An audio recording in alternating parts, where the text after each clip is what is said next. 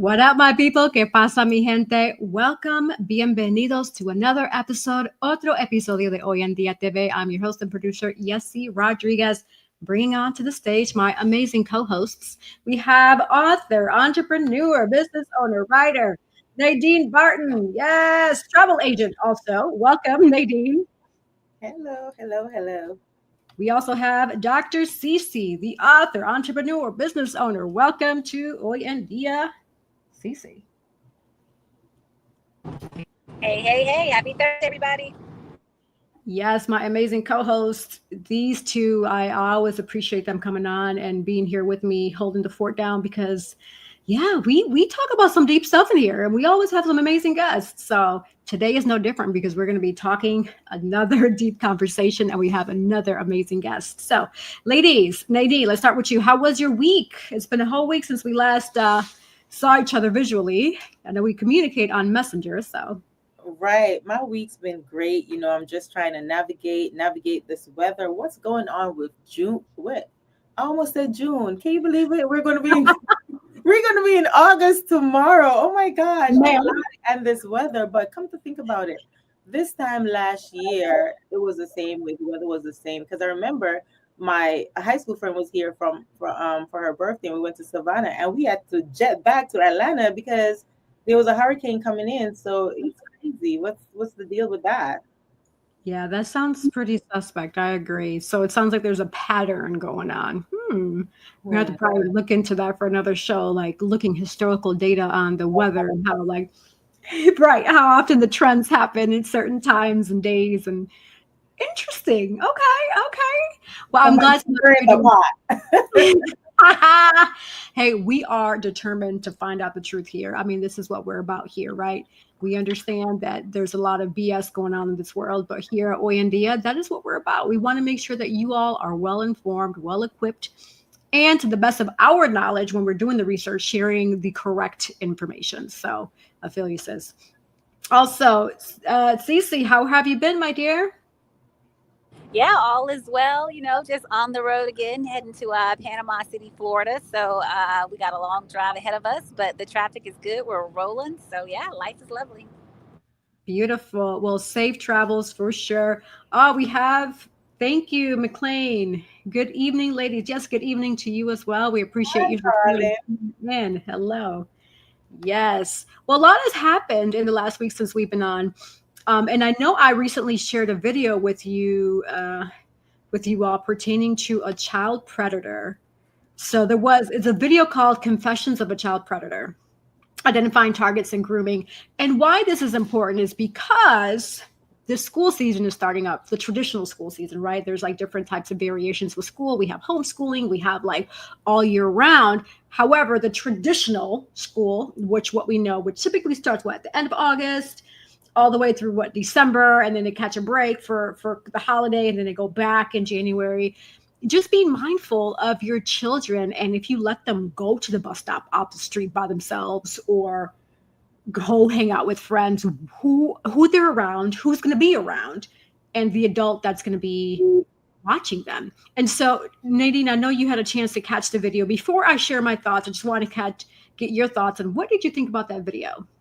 Listen, I was cringing. I mean, I don't have any kids myself, but I do have friends, family members with kids. And even if I didn't, this is crazy. When I was watching the video, this man, and I know that I read some of the comments, I had to get out of there because people were like, why is this man still alive to talk about this? We don't want to wish death on anybody, right? But this man was talking about, I guess, remind me, Yessi, was he a coach or what was his title? I forgot. I believe he was I don't know if he was a gym coach, but I know he had something to do with like the school system, and I don't know the age groups, but the lady was interviewing him and she was merely asking him, so how do you get your victims, or how do you get to meet these children? And he's like, I go after single parents. He go after people that he knows that if the dad is not involved, he made sure that, when the lady was asking him, he said, well, ask them, how's your day going? And, if they're like, kids that get bullied or off to the side, he target those kids, you know, if people or their parents are not actively involved. So basically he's watching them first before he targeted the kids. So it was so cringy to watch. Yeah, no, you're right. And so, yeah, the video was shared by Dr. Free Hess, who is a pediatrician, and there was an opportunity to interview a child predator.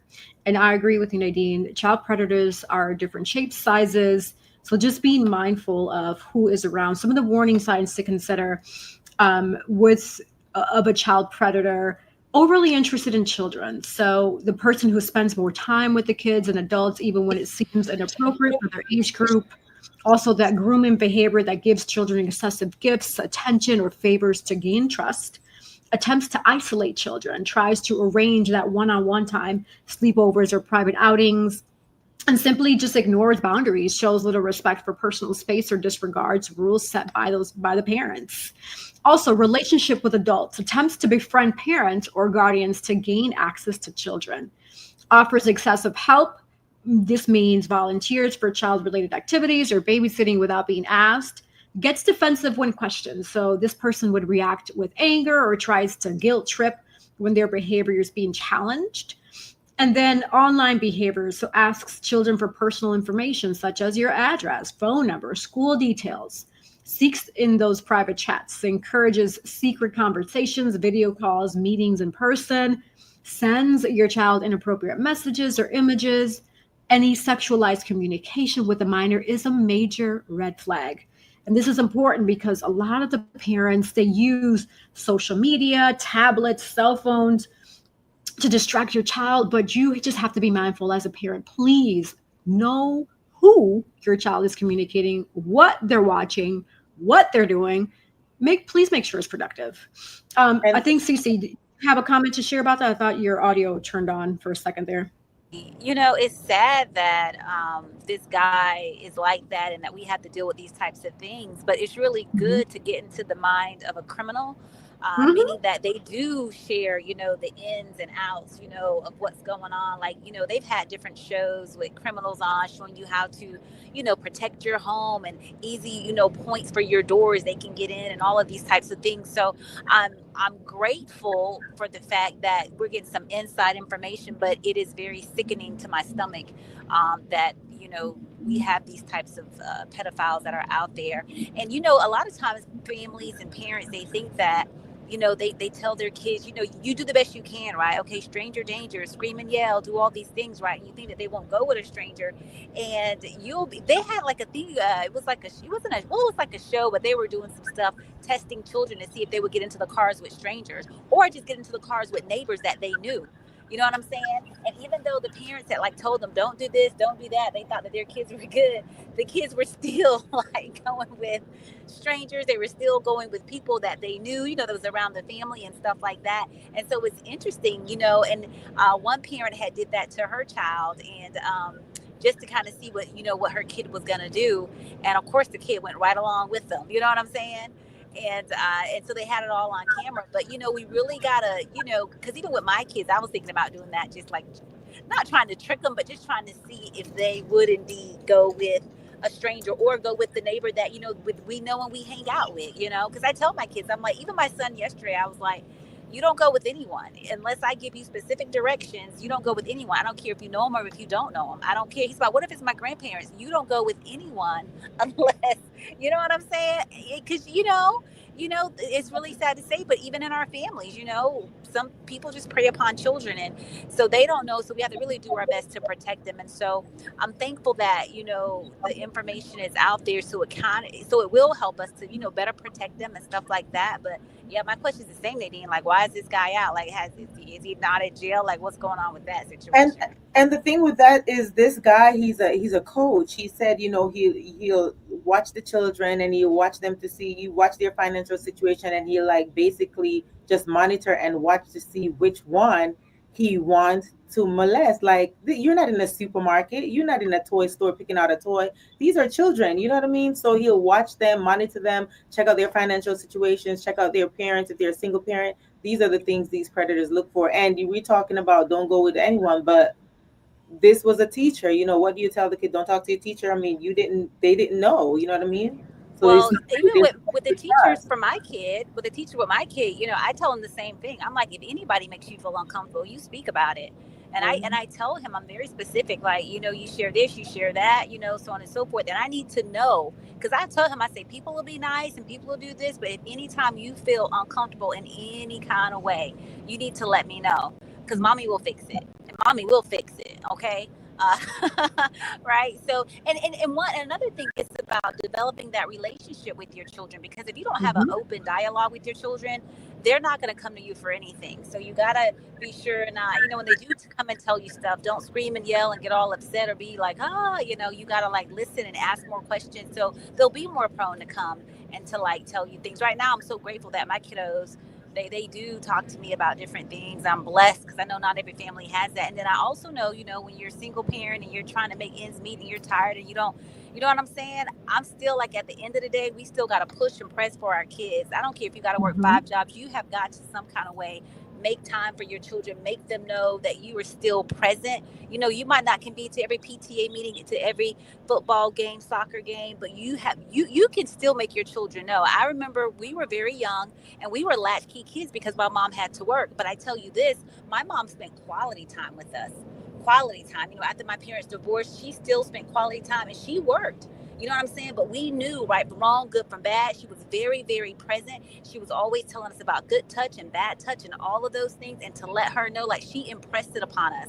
So even though, like I said, she was single, raising us and stuff, just in the home, my dad, brought financial support, but I knew. So you can still make a difference whether you're in a single, family home or not.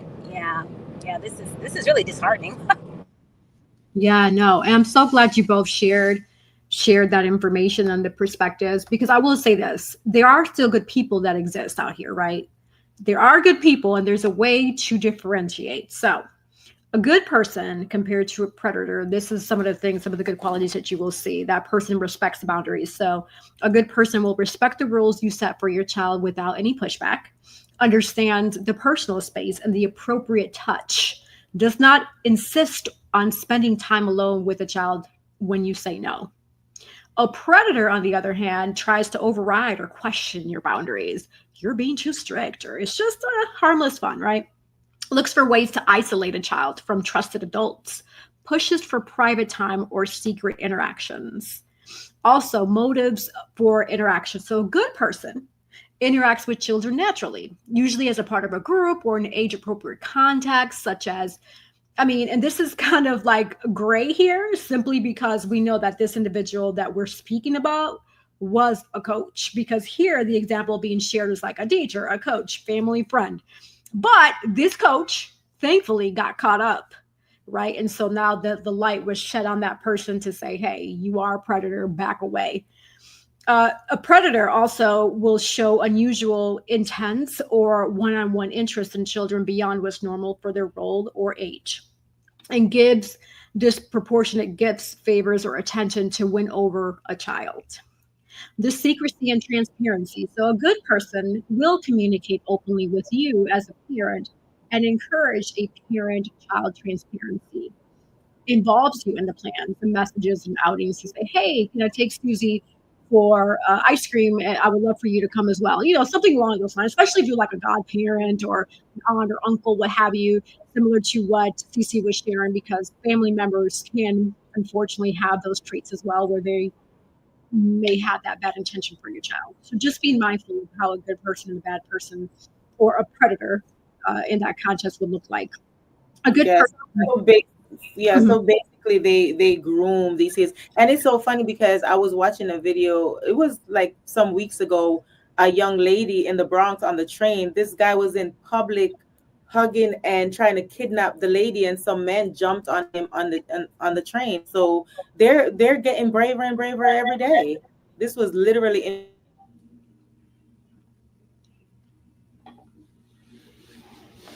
So the other day, Nadine, remember about, I want to say it's been about a month or so, we were speaking about a similar topic, because it was about a child that was walking home from school, and there was a man that approached a child. Yes, I remember. And because they walked that same route, the neighbor that was always looking out that window realized what was happening. And so with that in mind, Nadine and I were conversing, and this was food for thought that we shared at that point. Have a passcode or a word or a sentence for your child. So for example, if your child's walking home from school, in this example here, this child was walking home. This was the same route they took all the time. A person that was always watching them pulled up in a car. We're trying to say, oh, your mom told me to pick you up, blah, blah, blah. He was almost really close to getting in the car. But then another woman pulled up and tried to be the hero. And she said, no, no, no, no, no. Don't go with that person. Your mom told me to pick you up. That's a stranger. However, they were working together. Right. They were together. And the scary part was that this kid was like, okay, well, maybe mom did say to pick, send these people to pick me up. But this kid has never seen these two people in their life. And so luckily, the neighbor that always watched that same kid walking down that street or that area ran outside and was the hero. And he was like, no, no, no, no, no. First of all, who are you? I'd never seen you pick up this child. This child been going through the same route for years, walking home from school, the same route, like, no. And so once that neighbor that was always vigilant, always watching, became the hero, those two people ran off and they drove off somewhere. Right. But the scary part is that they're still out somewhere. Hopefully they get caught up soon. But number two is that as a parent, if you're going to have your child walk home from school, create a passcode or a word or something to alert them to say, hey, so-and-so is going to pick you up. And so let's say Betty Sue is going to pick you up. Betty Sue better know that passcode, because if Betty Sue don't know the passcode, she ain't picking nobody up. Bottom line, right? That's a good point, to have passcodes and things like that. You really need that to kind of talk in code. I remember me and my husband, it was for fun though, but we were like going out, to different events and things. And like, if we wanted to go or leave because we were like totally bored, of course, like we had this look, like he would kind of touch his nose and kind of like hold it for a few seconds. You know what I'm saying? Just something very subtle that people really wouldn't know. But if I saw him kind of like, holding his nose, for longer than intended, I knew like, okay, he's bored. He wants to go. So we were doing like little stuff like that. But it's important. You got to do that now, it's important. Absolutely. Absolutely. But yeah, so bottom line is watch your kids, know who they're around. School season's coming up. Please protect our children, because a lot is happening out here with our kids. And consider creating that passcode. Don't always rely on the cell phone. All right, so we're going to pivot over. We have a guest patiently waiting behind the scenes. Nadine, I know this was the guest that you brought on for us. So would you be willing to do us the honors to introduce our amazing guest before we bring him on? You are on mute, so if you're... I was saying, I have to pull up his bio so I could do that. So one moment. Oh, yeah, no problem. No problem. So while Nadine does that, so we are excited to have another amazing guest. And this conversation is going to be pretty interesting. I had a chance to read his bio. There's a lot that he does. And so I'm really thrilled to have him speak on just overall, just how he does everything, especially once Nadine has a chance to read his bio. Now I'm keeping you all on your feet, on your toes. You're probably like, yes, they tell me more, but you just have to wait until Nadine decides to say that.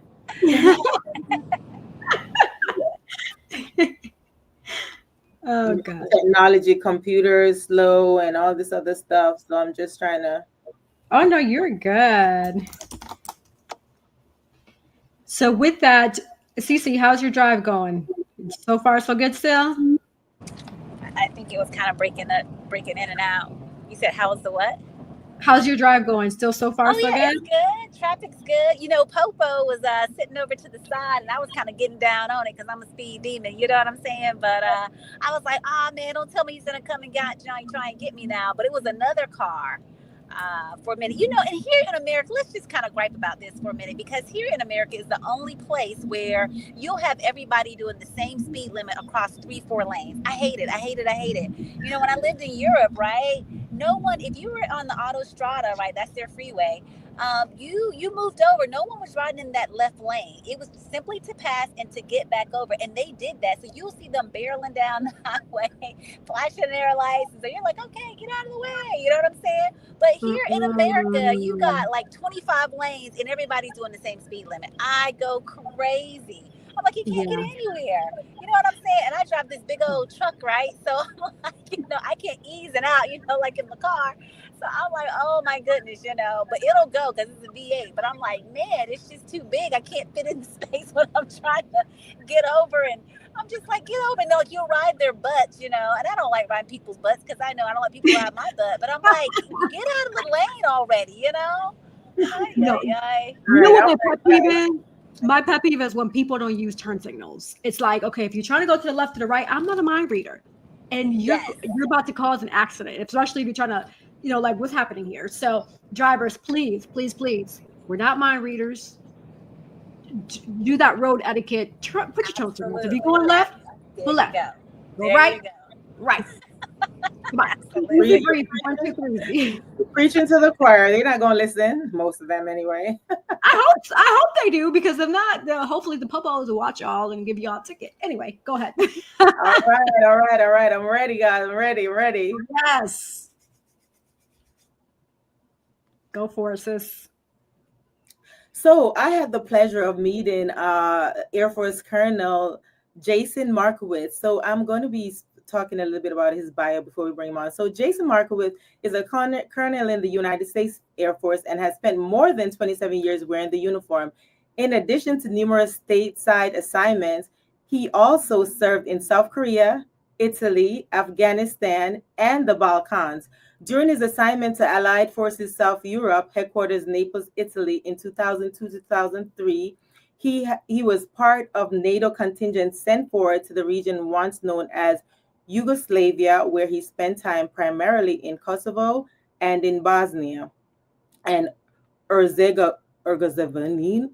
I'm sorry, but I'm trying to pronounce this word. Herzegovina. He is a writer and award-winning audiobook narrator and audio dramatist, a theatrical, film, commercial voice actor, a game designer, and a poet. He is married to his high school sweetheart, and they share 3 children. Sarajevo Roses is second book of poetry following his 2003 publication of Beneath the Mojave Desert Moon, Morris Publishing. In his book, Markiewicz weaves a collection of poetry and photographs based upon the second Kosovo campaign in 2002 to 2003. Then Captain, now Colonel Jason Markiewicz, was forward deployed to the Balkans in 2003. At the end of the second Kosovo campaign, and with the NATO contingent experience the harrowing after effects of the war-torn region. This collection has been called raw, unforgiving, and beautiful, with numerous 5-star reviews on Amazon, and is available for your purchase wherever you get your books online. So you guys go and pick up your copy of Sarajevo Roses. I got my signed copy right here. Hello. And welcome, Colonel Jason Markiewicz. Hi. That was a fantastic introduction there. I'm going to have to meet that guy. It's awesome. I'm glad to see you again. It was a pleasure meeting you at the book signing. You were so down to earth, and I just love that about you. I mean, yeah, you're a colonel in the Air Force, right? I mean, but I'm like, he was so down to earth. And I mean, I know I'm retired, but I'm like, sir. So, call me Jason, That's right. It's a pleasure meeting you. Yeah, absolutely. And likewise. Yeah. And it was great to talk to you too, because you see every so often vendors come in that are former military, sometimes not always retired, but, veterans, and they'll have a booth set up in the BX. And it's fun because I'm part of the literary and arts community, and it's fun to go through and support other writers and other actors when they do their work. Right. Whether it's there at the BX or going to, a local theater and watching them on stage or whatever the case is. Absolutely. You have a very extensive resume. And I'm like, oh, Italy, 2002, 2003. I left Italy, actually. I was in Naples, Italy. I think I told you about that. I left Italy when October 2002 and went to Maryland. So you were probably just coming in when I was leaving. Yeah. I was at the hospital in Agnano. So I don't think they exist anymore, though. Yeah, I lived in the Monte Spina Hotel in Bagnoli. Oh, right there until they decided to actually put us on base, and that took a little while. Right. Awesome. Mm-hmm. Wow, definitely impressive bio, and welcome to Oyendia TV. Thank you. It's so intriguing. I love that I have you on here, then I have Nadine and Cece that all have military experience and background based on your active duty. So thank you all for just serving our country and helping us make sure that we remain safe and sound. But with that in mind, I love to pick your brain on a typical day in the life of you in your role when how was the day in the life? Walk us through, like what does that look like? Well, so I'll caveat this by saying that most of my career has been fairly non-standard, and I left active duty service after 6 years and became a reservist. I spent a couple of years as a part-time reservist and then became full-time again. And it's pretty much been the same ever since. And that's as of about 2008. So for the vast majority of my 27 years, I've been on full-time, either active duty or in an active status of some sort. But the beauty of being a reserve officer or reserve member in general is you have a little more control over where you go. So you're not necessarily beholden to the cycle of standard moves as active duty would be. But that also brings with it, it's the blessing and the curse mentality. So if you can only go so far in your current position, they still want you to move. So you got to start looking for options. The beauty of it is you apply just like every other job to be able to go somewhere. So if you get to a location, you don't like it, that's on you. I mean, you asked to go there. So there you have it. But you also get a chance to talk with the family and make sure that each move and each place you go is a little bit more agreed upon, I guess, than just being told where you're going to go. So that's been very nice. So these last 3 assignments that I've had from Langley Air Force Base, Virginia, Shaw Air Force Base in South Carolina, and now here at Robins Air Force Base in Georgia, have been geo-separated from my family. So they live in California at our last, full-time duty station that we had out there when I was the ROTC commander at Sacramento State University. And so they're still out there in the Sacramento area. And so for the last, this is year number 4 that we've lived apart. So go back every month, back home. So it's a lot of airfare. Delta and I have a great relationship. But being able to actually get back, and be part of the family again, is very important. So I try not to spend too many weeks away before getting back home. So when you ask about what is the day in the life, well, it's a little bit different because it kind of depends on what day you're talking about. I have a pretty regular work schedule as a staff officer, here at Robins. So the kind of standard, 8 to 5 kind of schedule that not necessarily too early, don't really have to stay too late. But I get a chance to do the things I enjoy doing in the evenings as well. So I'm bigger into fitness than I have been in most of my life. So I try to run 1,000 miles a year. And this year I'm on the track. My goal this year is 1,200 miles. So I try to get about 100 miles a month. And so that's been taxing me, but so far I'm on track. And then, I'm 7 months in, right? So I've already gone, it's on the downhill slope, right? So you've got to keep going now. Right. But I also play on the Headquarters Air Force Reserve Command softball team. I enjoy writing, doing my voice acting work, creating audio dramas and audio productions. When I get a chance, traveling and seeing a few things. So the day is not always standard, but I think at this point in my career as a division chief, as they call it, a staff officer here at Robins, it gives me the flexibility to put in place the right conditions for those who are younger and newer in the service to be able to have the things they need to be successful. They're on the way up. I'm on the way out. So trying to make sure that they've got the ability to do the things they need to do for their careers and be great professionals in their jobs. And then also to kind of focus on what's next for me. I have a year left. So that's where the writing and the acting and, looking at the future, possibilities come in. That is impressive. Amazing. Yes. And just looking at your bio too, Sarajevo Roses is your second poetry collection, which is following the 2003 debut of Beneath the Mojave Desert Moon. Yeah, it's Mojave, right? Mojave, The Mojave okay. Desert in California. It's where I have a lot of family history in that area. My grandfather and my grandma and grandpa had their house, there in the Mojave area. So I pretty much grew up down there. Most weekends going out and enjoying time there with my grandparents. But then also the town I grew up in was about 30 miles or so up into the mountains, a town called Tehachapi. And that's where a lot of the pictures come from. It's kind of a small town. It's grown a lot over the years, but was very small when I was a kid, and played Little League baseball. A lot of friends. My dad was a dentist in town, so of course I couldn't get away with anything at school because the teachers saw him as their dentist and they'd rat on me. So that's the way it goes. But a lot of my good friends, we played baseball together and went down to the park and rode bikes and went to each other's birthday parties and that kind of stuff. So I have a very good history with the area. And so my first collection of poetry, I wanted to split into two sections. One was about life in the area, and the second was kind of about finding my love, which was my high school sweetheart there in that area as well. So that was the first collection, but I would say that it was obviously the first, right? It was one that I don't think that was very refined. I think it was a train of thought kind of poetry. It's unique. It's gotten, a lot of people, like it, and that's amazing, and I'm very appreciative.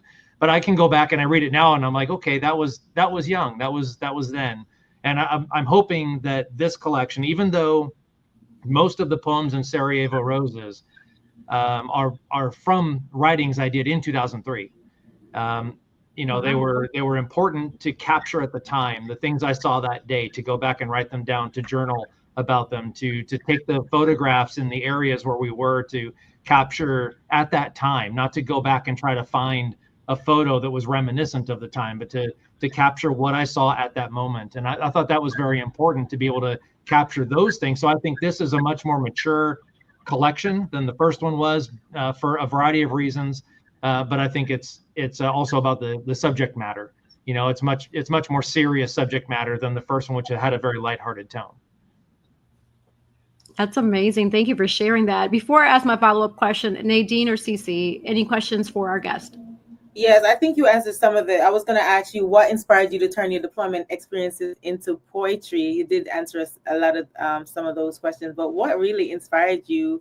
Like you're in the war, you're in the middle of the war, and you're like, okay, I need to write this down. I need to capture this. Like, what really inspired you to do that? Well, let me back up just a moment, because I'm very clear in my book that this is not I didn't face enemy fire. I was not in conflict, right? This is the after effects of the war. It was a peacekeeping force. So there was no hostile action that I was facing, but what we were there to do was to stabilize, make sure that things, kept calm and that kind of thing. So really, when we went around to these regions, in specific, primarily Bosnia and Herzegovina and in Kosovo, those two regions felt a lot, and you can just see in the pictures that the destruction, the damage, the what happened during those campaigns. It's all over, and so there's no more bombs falling. There's no more munitions that are being shot. There's no more people that are in the streets, taking fire. It's what is the countryside and the environment like after all of that has stopped? And so it's that silence, it's that pain that you can see in the landscape, in the houses, and sometimes in the people.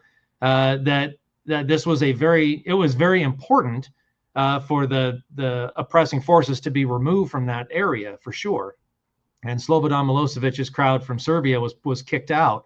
That was largely due to the NATO forces that helped significantly in that campaign.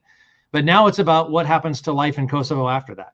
How does Sarajevo recover when in the mid 80s, the Winter Olympics were in Sarajevo? It was beautiful. The blue and white apartment buildings that were across the street from the Holiday Inn, that was where Olympic Village was, turned into houses where snipers lived. The Holiday Inn, which had the Olympic ring still on the outside, which I did not get a good picture of. But you see 50 caliber munition impact rounds all around the Olympic rings, right? I mean, this tells you that the fight was downtown, it was there, and this is what people had to live through. And so just seeing those things, and with the contingent that I was with, some of the guys who had been there during those times, that were kind of going back on a second and a third tour, really helped fill in some of the pieces for what I was seeing. I'd ask them questions. You mentioned something about this. What does this mean? What is this about? And they'd kind of give some backstory about what they saw the previous time they were there and what that really meant. And so I captured a lot of those vignettes and those locations and went back those evenings and I wrote about them. And being able to capture them sometimes in prose and sometimes in poetry was just kind of like what I felt that day. So I think some of the more descriptive things that were there turned themselves into better poems, where some of the chronological things worked more as prose. So I was able to capture some of the more impactful scenes, impactful locations, impactful things, and turn those into what you get in Sarajevo Roses. Awesome. Thank you for the clarification. Yeah. Wow. Yeah. That's pretty Absolutely. amazing. Mm-hmm. But Yeah, you're the first person I heard say, like, you know, a goal of running 1,000 miles in a year. Like, I've never heard that before. How'd you come to that goal? It's a great question. So I heard on the radio today about the reinstitution of the presidential fitness program, and I couldn't be more excited because I did that when I was in school and it ended in 2013. So it's great that's coming back. And I think, you know, fitness has kind of had that love-hate relationship with the United States, right? I mean, we've all gotten bigger, the society's gotten fatter. It's just the way it works, you know. And during COVID, where a lot of people were stuck home, I was well overweight for sure. And I just made it a point to myself saying, I'm not getting any younger. Let's go ahead and start doing something about this. And so I started running and I just set a goal. The ROTC cadets that I was in charge of at Sacramento State and I ran for charity. And so we kind of had that motivating factor to start running. And in 8.5 months that year, I did 1,008 miles. And of course, lost, you know, probably close to 30 pounds during that whole time. And then in the next year, I followed it up with a 1,200 mile year. And I was really proud of myself, only to get a little bit injured the following year. And it dropped off to a little about 800 or so. But now here we are a few years later. I have not been able to get back to that 1,000. And I told myself this is the year. So that's why I'm pushing myself into it. The last 3 years have been short and I'm not going to be short again. Wow. Excuse me. I'm just going to grab my charger. My computer's about to die. yeah, no problem. Yeah, I commend you on that. That is fantastic. Yeah, like I said, that was the first we hear someone say that. So I just thought that was totally fantastic. You know, I'm going to give you a little bit of grief, sir, because I'm Navy, and actually Warner Robins was our last duty station. I was active and then retired. My husband was still active, and he's Air Force. And so when I was deployed for Operation Iraqi Freedom, we were over in the Middle East, and we had our 3 days R&R, and they said, hey, you're going to go over to the Air Force side. Where I was at, you know, it was desert and sands and all those things. And then we get to the Air Force side. You guys had palm trees and grass and swimming pools, you know. I was like, what's going on here? Like, are we fighting the same war? Like, what's going on? Rough. It's a rough life, you know, hardship tour. You got to choose the best. Yeah. Right. You're right. That part. The best branch. Yeah. I do have a question for you. So you've had assignments all over the world, South Korea, Italy, Afghanistan. How have these global experiences shaped your perspective on life overall and your leadership? Well, those are great questions. The first one I've actually kind of addressed in conversations with colleagues over the last year or two, especially because you know, you have this time right now in the United States where it's you know, what does patriotism mean? Who's thankful to be here? What is being thankful to be here all about? What kind of a country are we in? What do we want to leave for our kids and our grandkids and all these kind of things? And I start thinking about the fact that, you know, I was born here in the U.S. If I had never left, all I would know is what's here. And I think the beauty of coming home from some of these places has really reinforced the goodness of being an American and being here. And I think that some of the travels and seeing societies in other parts of the world have really been important. South Korea, very Western, right? I mean, I love my time over there for sure. I've been there a lot. Spent a whole year at Kunsan Air Base, and then I've been to Osan Air Base in Daegu for the 2nd Operations Command since then. But those locations are, I mean, it's a very nice country to be in, very respectful population. I love it. I can't say anything bad about being in South Korea. It's great. But you're also in an area where the Korean War has not actually ever ended, right? It's only an armistice since 1953. So the war technically is still going on. And so every time you're there, you're thinking, well, at any point things could go sideways. And so it's a unique environment to be in, because you don't have any feeling like that in any stateside assignment. You know, there's no what could happen, right? If North Korea came south, well, they're not here in the United States. So that's a very unique circumstance there. Being in Italy was interesting because you see cultural differences in a European nation that was kind of not the first group to get into the European Union. So they really had to retool a lot of their economy to be part of it. But you also have so much history and you know, seeing the Vatican in Rome and getting out to places like Pisa and Florence and Venice, you know, were just beautiful. But you see all these and these locations, and you realize, you know, that each of these places have their own unique feel and flavor to it, but there's still just no place like home. It's great to see and great to be there, love it, but you just are ready to get back home. In Afghanistan, one of the things I found the most interesting there, and why it's so painful to me how the 2021 departure worked out, is I remember being a Bagram in 2016, and we were in line at the Chow Hall, and I'm seeing this line of people in front of me, and I just start striking up conversation. And I'm asking them, well, what are you guys doing out here? And I noticed they had SF on their sleeves, so security forces. And so I was asking, you know, what you guys are doing. And they turned around and they let me know that they were actually reservists who were there on orders from the NYPD. They were all NYPD officers that were there to train the Afghan National Police on how to be better cops, right? And so those kind of stories never made it to the news, right? The good news doesn't make news, bad news makes news. So when you have a situation like that you realize that there was so much good that was going on over there, and so many things that were positive, and so many women that had gone to school, and so many high degrees that had been completed, that in 20 years, there are some people who never knew they couldn't go to school because that's all they knew in life, and now they can't. And it's very painful to see that situation has turned around, but it goes to show you that there still is no place like home. That kind of a thing doesn't happen here. You know, there's not a time where all of a sudden nationally they're going to be like, nope, girls can't go to school anymore. And yet there it was, and that's what happened. So it's unique. Every place you go brings another piece of information to you that you, hopefully, if you're thinking through it well, makes you much more thoughtful and much more grateful to hear and to have the freedoms and the constitutional protections and rights that we have here in this country that other countries just don't have. And you really have to kind of take that, you know, with a dose of humility that we get to be here. And I think that has really formed a lot of the way I see life, the patriotic viewpoints that I have from being able to see other cultures and come back here. I'm so glad you shared that, because I agree. Nowadays, I feel like that's where a lot of our news is, that negativity, keeping that negative mindset with the audience and listeners. And so for you to say that here, I thank you for sharing that, because there was positive situations that derive from your experiences being in these foreign countries, especially like you were mentioning Afghanistan.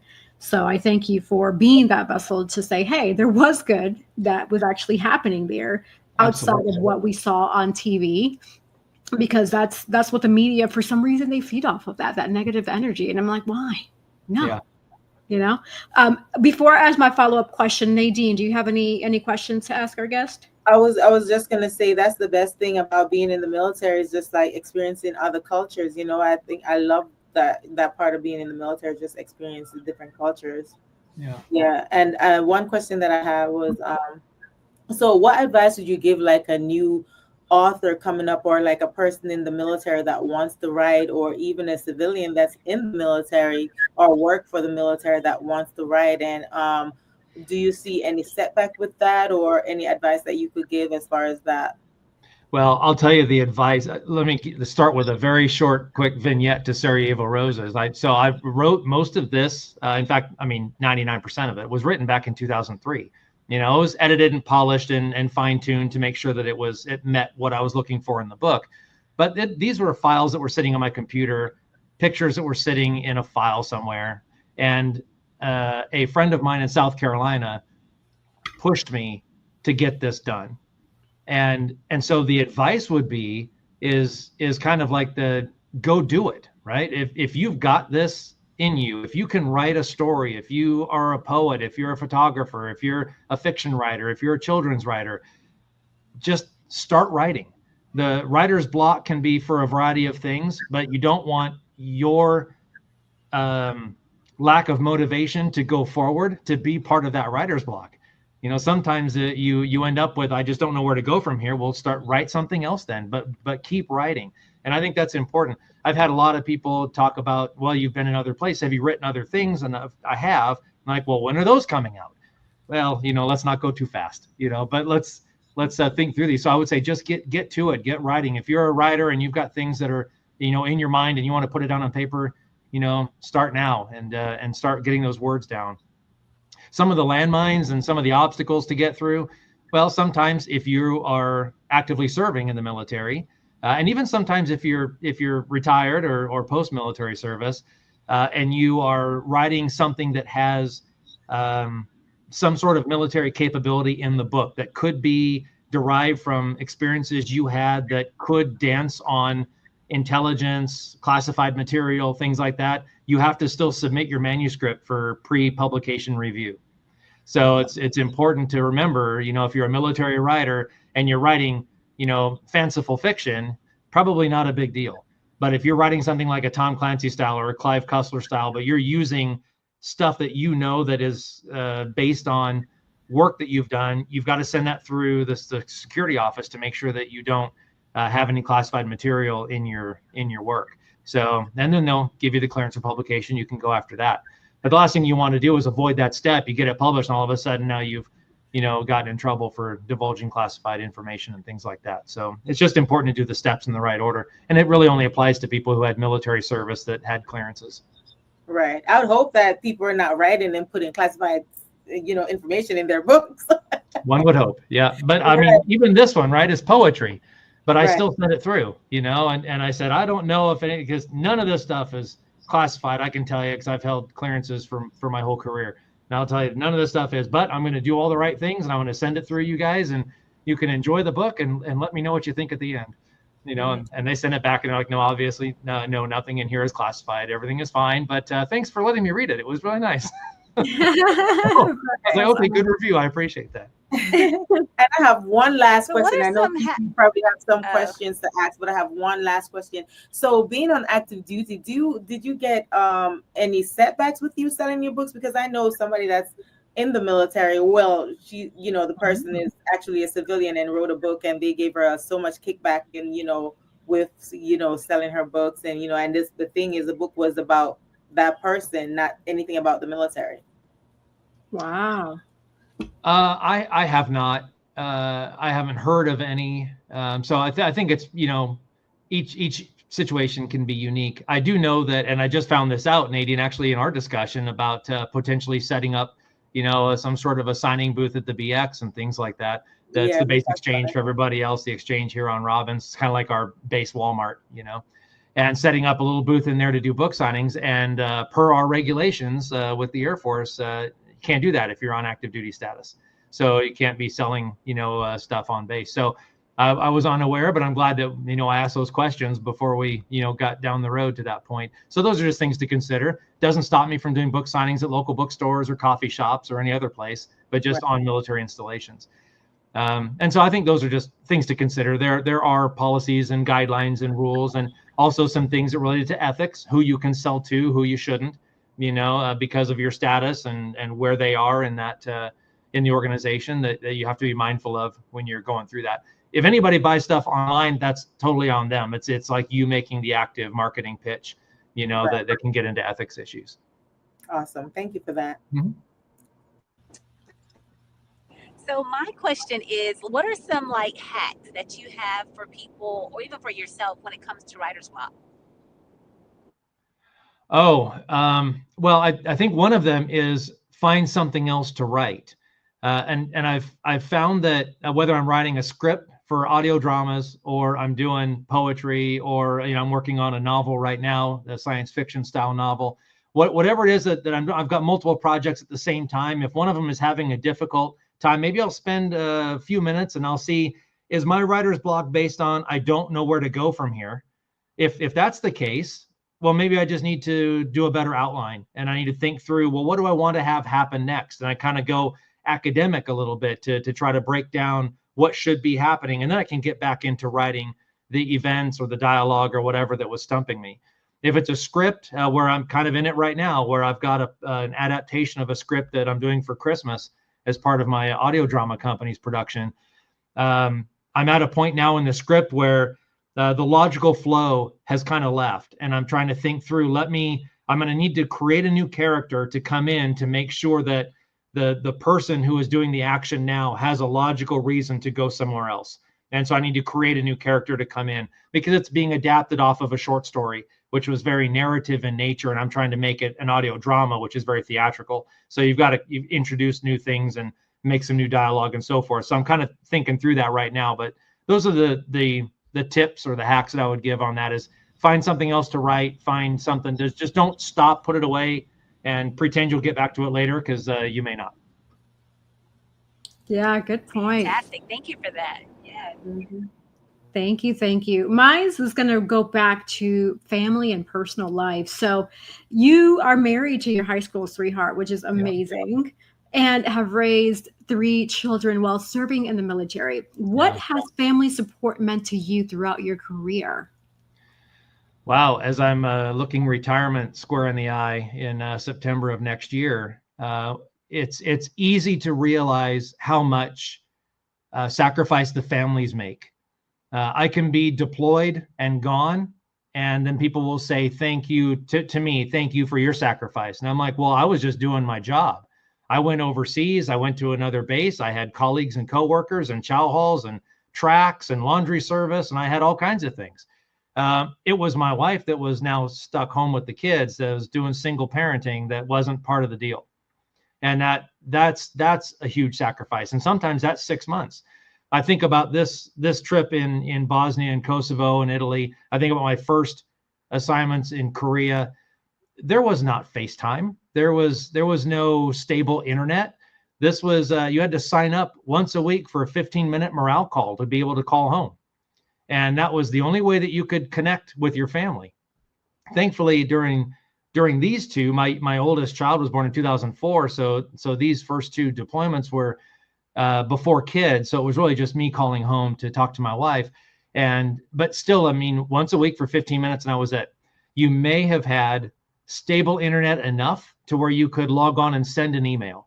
And so you wrote it offline, and you got ready. And the minute you saw you were connected, you tried your best, copy it, paste it, send it, and then keep your fingers crossed and wait to see that it actually went.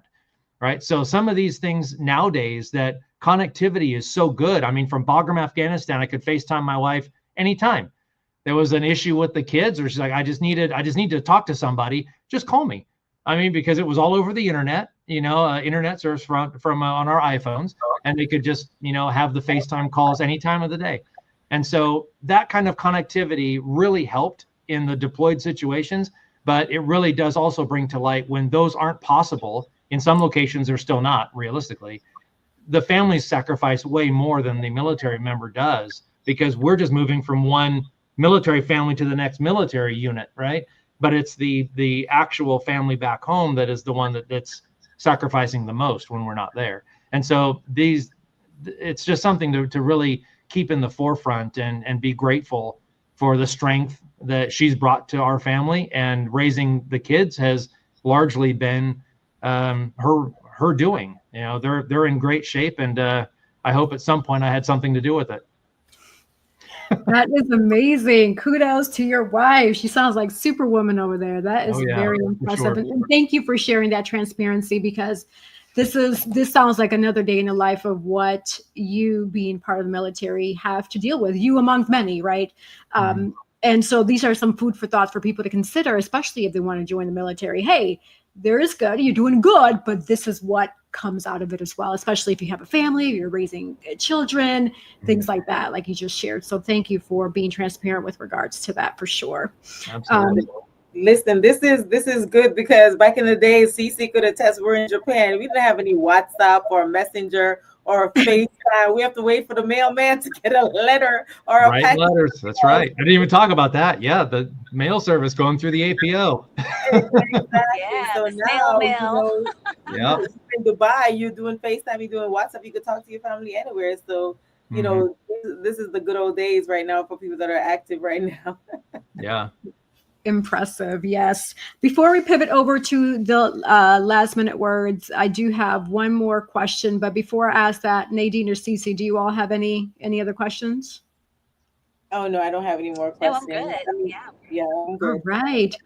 So what is next for you? Any other upcoming projects, books, creative endeavors? I know you do voiceover, theater, writing, poetry, so an author. Anything else on the horizon? Well, yes. As far as writing is concerned, working now on my first novel, which has a working title, but we'll see how that all works out. But it's very much a science fiction, if you want to think of it like Star Trek meets Indiana Jones, it's science fiction, spacefaring, archaeological discoveries, things like that. So working on that right now, about 100 pages in. So, things are going well. On the audio drama side, I'm working right now on our script for our Christmas production. Because I'm a small business owner, right? With my audio drama company, I hire out my voice actors, I hire the cover artist, I hire the musician. So with the script writing, and I also voice usually one of the roles in our productions, I've got to start about in the summer in order to make sure that casting can happen, that the remote work for the materials can come into me, that the artist has enough time to do the cover, that I can get it to the musician enough time to do all the music so that I can have a Christmas time release. So that really encompasses a lot of work. It's quite a few hundred hours of very minute detail and listening. And because I'm building sound effects, it's not just like an audio book where it's a single person reading it. It's like a theater play, and it has sound effects so you can really be immersed in the production. And so that I'm working on now. And we've done one each of the last few years for Christmas, and they go over very well. So we're obviously keeping up with that. And then on the audiobook narration side, I've got 40 titles now on Audible as a narrator. And so I'm currently contracted for book number 41. And so we're working on that right now. So those are the things that are in progress. I'm not on stage at the moment. The stage work has kind of taken a back seat to some of the other audio and writing endeavors that I've been involved in. And then it's prepping for retirement next year, which venues are already booking up. So my wife and I are working on where we're going to do it. So it's been fun. That is amazing. Congratulations. Yes, I love that. That is beautiful, beautiful, beautiful. So we're going to pivot over to our last minute words. And this is an opportunity for you to share how people can find you, where people can buy your book, how they contact you, pretty much anything. If you have a quote you want to share or food for thought, whatever it is that you would like to say. So I'll have Nadine start us off. Then I'll have you go second, and then Cece will go third, and I'll close out the show for us. Perfect. Nadine, take it away. I was about to say I'm mute more. But yes, hello again, guys. So, as you know, my name is Nadine Barton, the author, entrepreneur, and travel agent. And, I just want to always let you guys know that life is 10% of what happened to you and 90% of how you react. So make sure that you treat people kind, treat people nice, treat people how you want to be treated. And how you can find me, you can find me on Amazon. You can find my books on Amazon. You can find me at nadinebarton.com. You could also find me on Blog with Nadine. And here on Instagram, on Facebook, my name, as you see, Nadine Barton. On Instagram, Nadia B, NADIAB _1202. So again, life is 10% of what happens to you and 90% how you react to it. All right. Yeah. So I'm next. So that was great, Nadine. Absolutely. I totally agree. You can find my books on Amazon, on my website, markiewitzAudioworks.com. And there's a store link there that you can purchase autographed copies of the books and all of our audio drama productions on CDs and a variety of other things as well.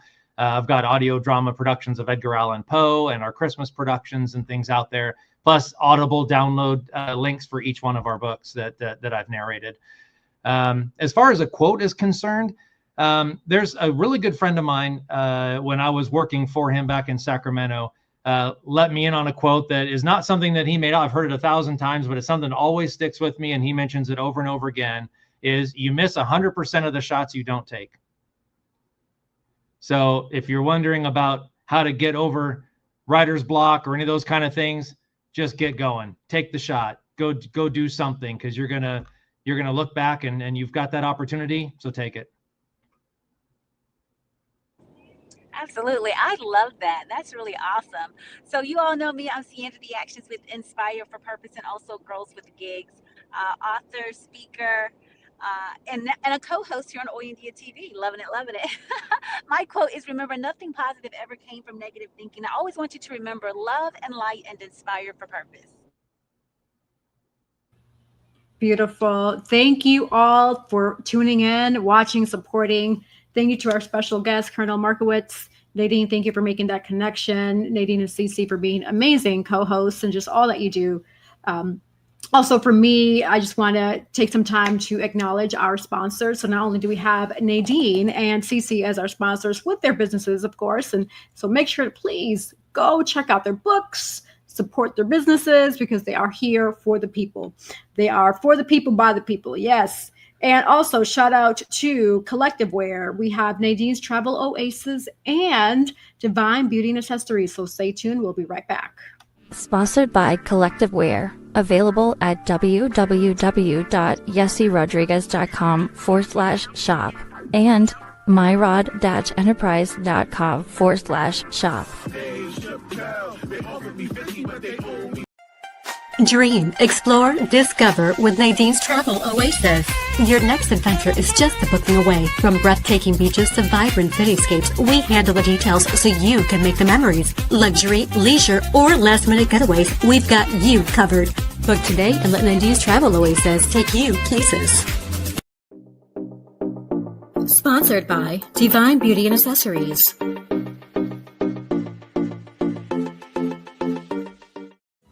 Watch Oyendia TV, Thursdays, 7:30 p.m. All right. For those who want to be guests and sponsors, of course, of Oyendia TV, simply email oyendiatv@gmail.com. For sponsors, subject line sponsor. For guest. Now, with the guests, I do need a little bit more detail about why you want to be on, because, you know, we are for the people, by the people. But this is about life, but we want to know, what do you want to talk about, right? Are you trying to promote a business? Are you just trying to conversate with us here? We do welcome you. So email oyendiatv@gmail.com. It is scrolling at the bottom of your page view here. And also, like I always say, for those who want to find me, just Google Yessie Rodriguez, Yesse Rodriguez, and you pull up who I am, what I'm about, and my social media pages, my website. I do have the Actors Workshop coming soon. So that is in the works, and I am excited to share more details very, very, very soon. So I'm going to keep you on the toes with that information. Also, my quote that I always love to say is, the sky is never the limit because the galaxies are endless. Thank you all for tuning into Oyendia TV. Until next week.